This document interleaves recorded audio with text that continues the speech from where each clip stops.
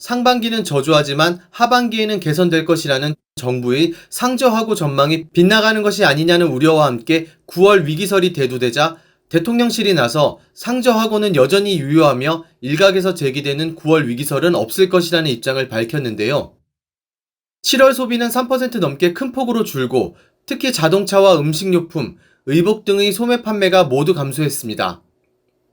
고물가와 고금리로 가계의 소비 여력이 줄면서 민간 소비가 갈수록 위축되는 가운데 올해 2분기 가계 실질소득은 지난해보다 3.9% 감소하며 관련 통계를 집계하기 시작한 2006년 이후 가장 큰 폭으로 줄어든 데다 주택담보대출 등으로 인한 가계부채 증가에 서민들은 지갑을 닫고 있습니다. 한국은행이 13일 발표한 2023년 8월 중 금융시장 동향에 따르면 지난달 가계대출 증가는 주택담보대출의 영향이 컸습니다.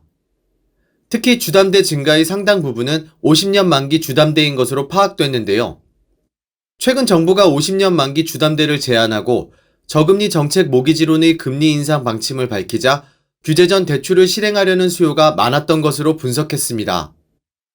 가계대출 증가는 지난 4월 이후 5개월 연속 이어지며 누적 증가액은 25조 1천억 원에 이르는 것으로 알려졌습니다.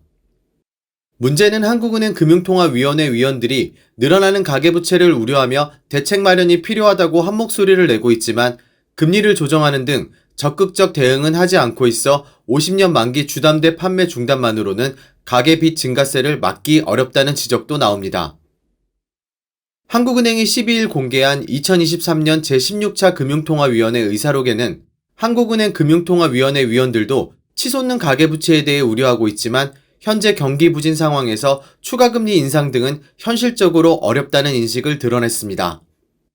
이창용 한국은행 총재는 지난달 금융통화위원회 이후 기자간담회에서 젊은 세대는 인플레이션을 경험하지 못했고 지난 10여 년간 금리가 낮았던 것만 알고 있다며 한동안 지난 10여 년처럼 금리가 연 1에서 2%대로 낮아질 가능성은 크지 않기 때문에 조심해야 한다고 말하며 빚을 내 부동산 투자에 나서는 젊은 세대를 향해 경고 메시지를 날렸지만 결과적으로 시장은 이 총재를 비롯한 전문가들의 경고를 완전히 무시하며 가계대출을 더욱 늘린 상황입니다.